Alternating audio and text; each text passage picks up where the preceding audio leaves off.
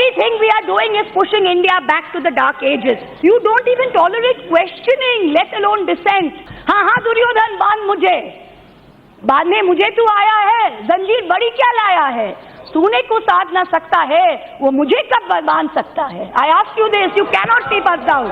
First term MP from Bengal's Krishnanagar constituency, Trinamool Congress's national spokesperson, Mahua Moitra.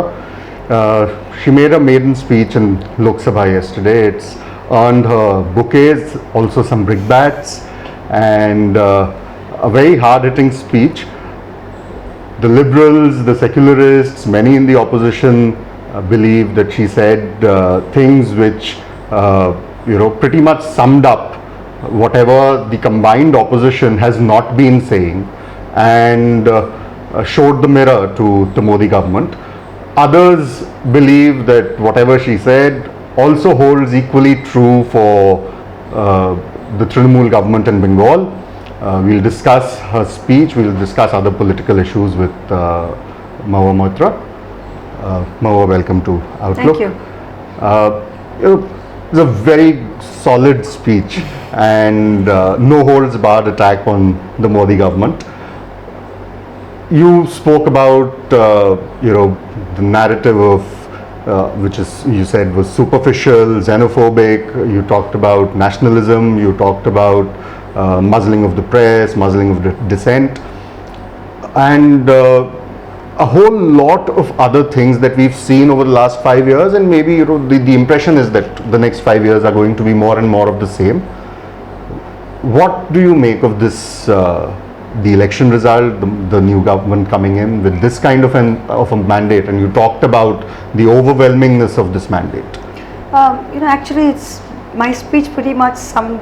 It really came from the heart, and is what I feel, and I don't think what I will say in this interview is going to be very different. We have to accept the mandate. This is the largest democracy in the world, and this is the mandate they've given. I may like it, I may not like it, but I have to humbly bow down to it. There is no question about that. So it's not about the mandate. But like Gandhi said, even if you're a minority of one, the truth is the truth. So just because we are in reduced numbers doesn't mean that our voice is not as strident or that it shouldn't be heard. And that's the most important thing. I have as much right to be in the Lok Sabha as any of the BJP MPs, and it's important that even with 22 that we put our way forward, I put our point forward the same way somebody with 303 would.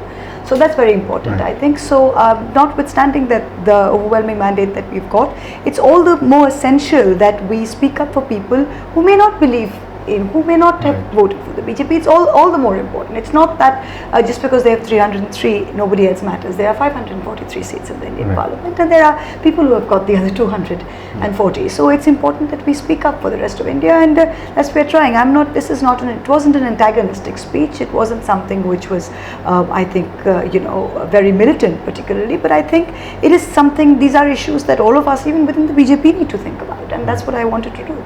Okay, now, we've seen the Modi government come back with a larger mandate than it had got in 2014. The opposition, there's always talk of how fragmented it is. Your party is now the third largest opposition party. The leader of the Congress, which is the largest party, opposition party in Lok Sabha, does not always see eye to eye with Trinamool. Now, when we're talking about a united opposition to corner the government, how realistic is that? And will you, not just the Trinamool, but the opposition as a whole, be able to play the role of a constructive opposition, and will it matter? Yes, it always matters. In a democracy, even if there is one person who is in opposition, that voice is important and must matter. So the answer to that, of course, is yes, and will always hold true. The second thing on opposition unity, what I've seen since Parliament started on the 17th is that if you're looking at the opposition, all the things I said today are true for all the opposition parties. This is something we all feel. Now, this is India. A lot of the opposition, apart from the Congress, you must remember, are regional parties. The NCP is a regional party. The Samajwadi is a regional party. The BSP is a regional party. We are obviously, a national party, but confined to Bengal. So, when you look at that, everybody's strategies and everyone's processes may be slightly different. So, while we're all on the same side of the divide, the methods that each one seeks to employ obviously has to be in keeping with their own core constituency, and that is different from state to state. You have to realize this. So the Congress may be fighting us in Bengal, but in Delhi might want to ally. Okay. So these are very different things. Same in Kerala. The same in Tripura. So you have, this is a natural clash which will happen, and that is something that comes out, but that doesn't take away from the fact that these are certain very basic issues that all of us have to bring forward, and that's something that is happening in Parliament, definitely. Right. Your party chief and Chief Minister of Bengal, Ms. Mamata Banerjee, said the other day that it's time that the left, the Congress and Trinamool come together to stop the BJP. What you're saying is more or less on same lines, and she said that it may not be a political alliance, but we need to come together on other issues. But this kind of generosity and this kind of an outreach, where she's not just including the Congress but she's also including the left, we've not really seen that, and before. And the left and the Congress has also always seen the Trinamool, and particularly Ms. Banerjee, with some amount of suspicion. They say she's mercurial, she's unreliable. Is this the mandate in Bengal and the rise of the BJP that has that is speaking, and is it more of that fear that the Trinamool is on a losing wicket now? I don't think it's fair, and I don't think that Trinamool is on a losing wicket at all.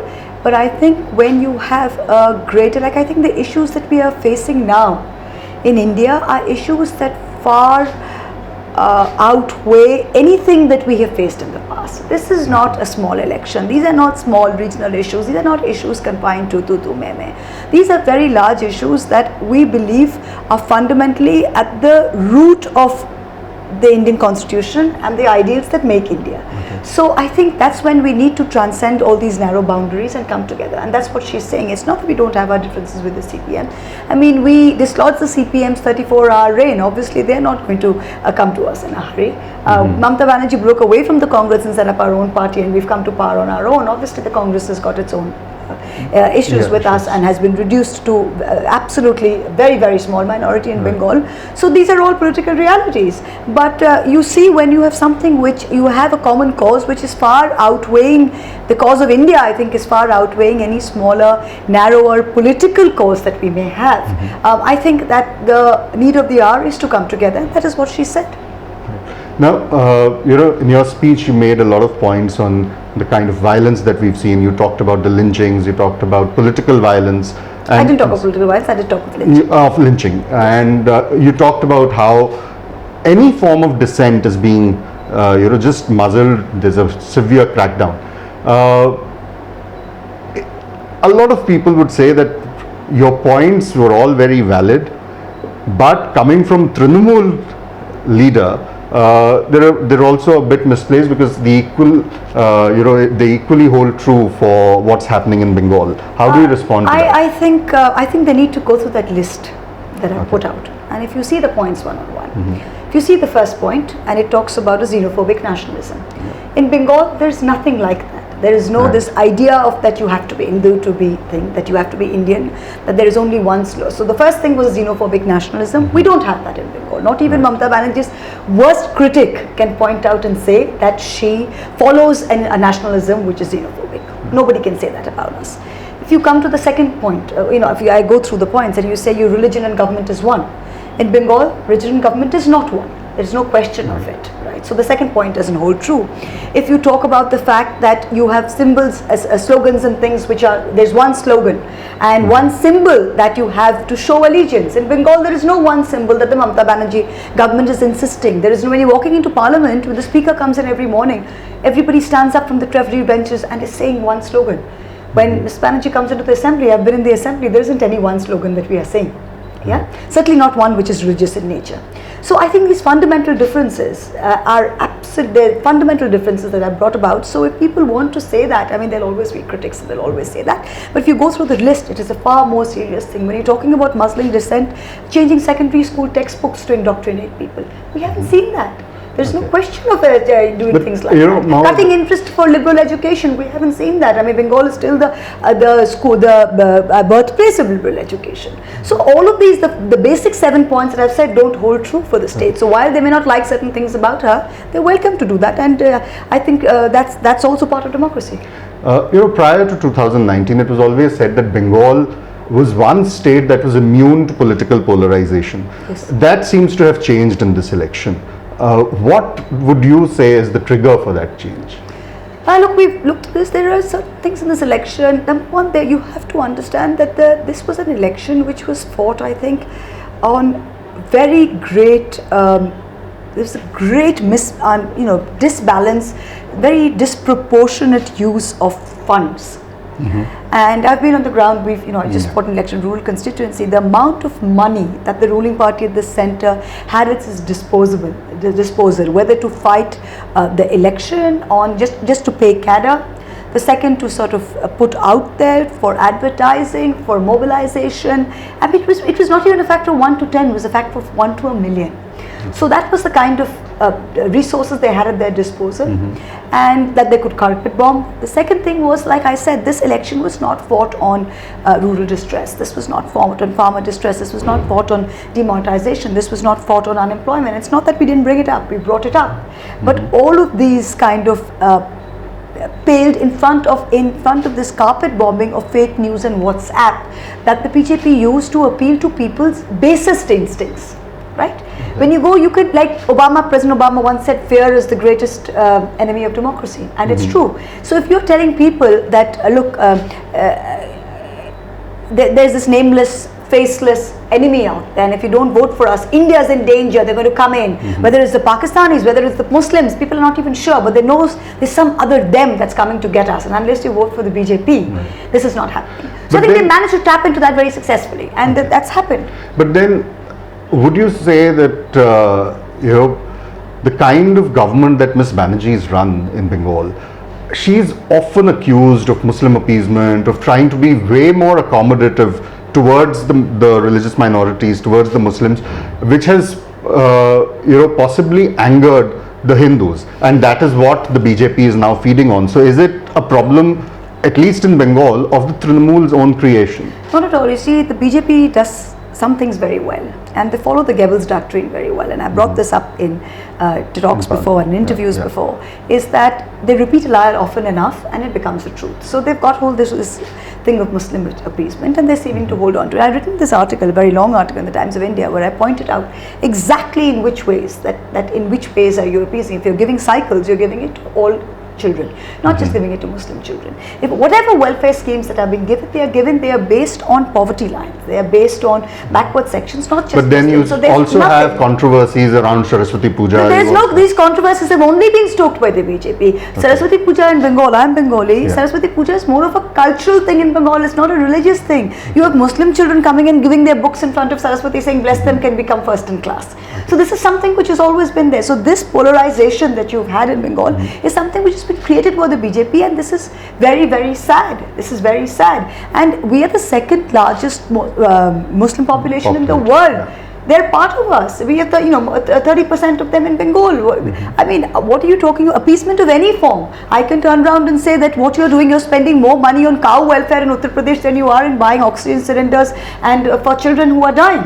And you are worried about the thing of cows. Not that I have anything against cows, but your state government is spending 500 crores on rehabilitating cows, and you are not spending anything on oxygen for children. So you can say that's majority appeasement. Appeasement is appeasement, whether it's a majority or a minority. So appeasement of any form is wrong, but you have to find ways in which you cannot grow unless you're weak and you're dispossessed grow. So whatever population are weak or dispossessed in this country, we have to take them along. And that, I think, is the duty of every government. Right. So this is something that the BJP has put out there, and they're going on hammering it down everyone's throat. It's very unfortunate. But you talked about one slogan, yes, in Lok Sabha and stuff. Now, there was a video that went viral of Ms. Banerjee's cavalcade going, and there was a group of people, possibly the BJP workers there, who were chanting Jai Shri Ram, and Ms. Banerjee got down, very furious about it, ordered a crackdown. Do you think it was an overreaction? Look, I'm definitely not. I am did? not going to definitely. I think that's an inappropriate question to ask me, and it's certainly not one that I'm going to answer. Whatever has happened has happened. It's certainly I'm not going to go into the merits of that question at all. But then there's also the narrative that the BJP is building that Hindus who want to assert their religious identity are being That is the most unfortunate part, that I'm a Hindu, I'm born with this. I've never in my life, and I'm over 40 years of age, I don't think anyone in my family, in my close circle of friends, we are all Hindus, have felt it ever necessary to tattoo the fact that we were Hindus or Brahmins on our forehead. And the fact that we need this kind of jingoistic aggression to stand in the street and tell people that we are Hindu, to make people fearful of us, is not something, that's not what this religion is about. And I think it's time every right thinking Hindu stood up and decided what kind of Hinduism they want to belong to.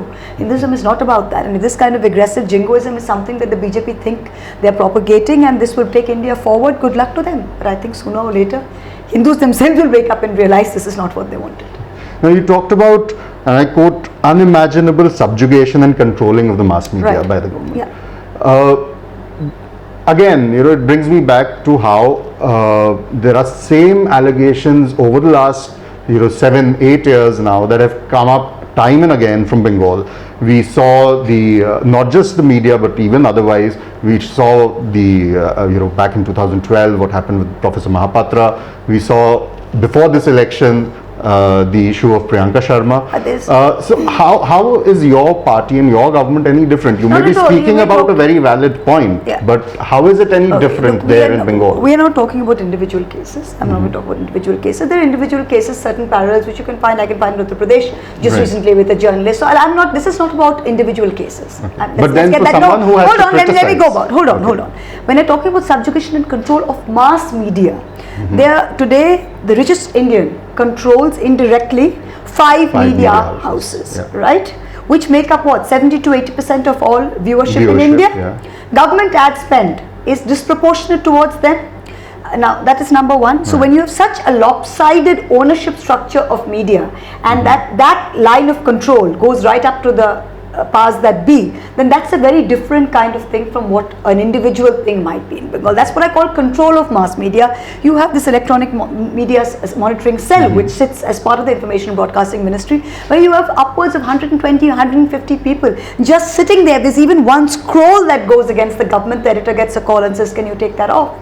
That's something that is happening at the central government level, and you know it. I've had media persons come to me and say, I'm sorry, I'm with you, but I can't write this. This is the stated policy of our house. That's what we're talking about.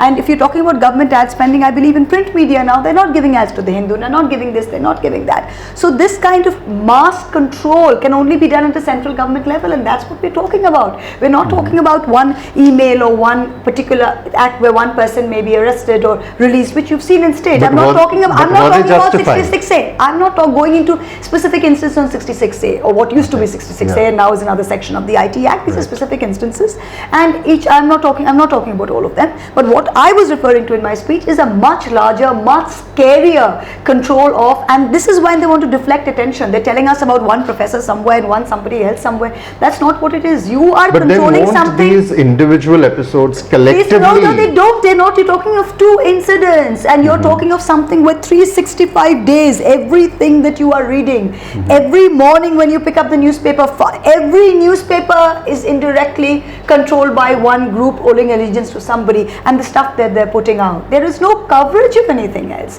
You put on the news in the evening, ask your parents, ask people, we may be accused of being biased, but talk to people like our parents who may not be directly or indirectly connected with the media or politics. Even they will say that this lopsided, one-sided coverage that we saw, that this propaganda that they're putting out is dangerous. And that's the kind of pervasive thing that I'm talking about. These are not isolated incidents, as things of the Information Technology Act. They're two very different things. Right. Thanks a lot, Thank you so much. Mahua.